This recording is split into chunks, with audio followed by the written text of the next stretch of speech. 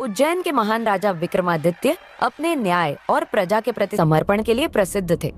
उनका दरबार हमेशा खुला रहता था, जहां हर कोई अपनी समस्या लेकर आ सकता था।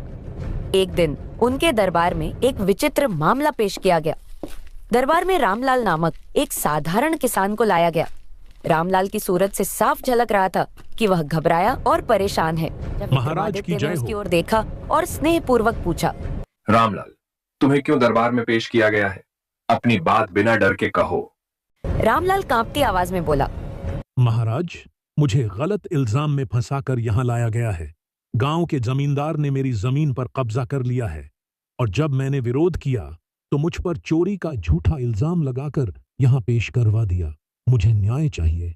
राजा विक्रमादित्य ने तुरंत अपनी आंखों में गुस्से और करुणा के भाव लाते हुए कहा, सेनापति, उस जमींदार को तुरंत हमारे सामने पेश किया जाए। सत्य का पता लगाना और न्याय करना हमारा धर्म है। कुछ ही देर में जमींदार दरबार में लाया गया।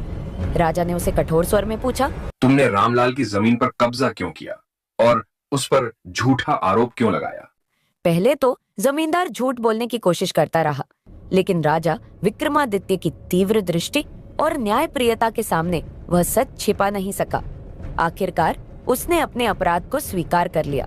राजा ने घोषणा की, जमींदार को उसकी करतूत के लिए दंडित किया जाएगा। रामलाल को उसकी जमीन वापस दी जाए और उसके नुकसान की भरपाई भी की जाए। राजा विक्रमादित्य के न्याय की प्रशंसा करने लगे। रामलाल ने राजा को हाथ जोड़कर धन्यवाद दिया और कहा, महाराज, आप सच्चे न्याय के प्रतीक हैं। आपके कारण ही मेरी इज्जत और जीवन बच पाया। राजा विक्रमादित्य ने मुस्कुराते हुए कहा, एक सच्चे राजा का धर्म अपनी प्रजा की रक्षा करना और न्याय दिलाना है। यही हमारा कर्तव्य है। यह कहानी राजा विक्रमादित्य के महान और न्यायप्रिय व्यक्तित्व को दर्शाती है। इससे हमें सीखने को मिलता है कि सच्चाई और न्याय की हमेशा जीत होती है।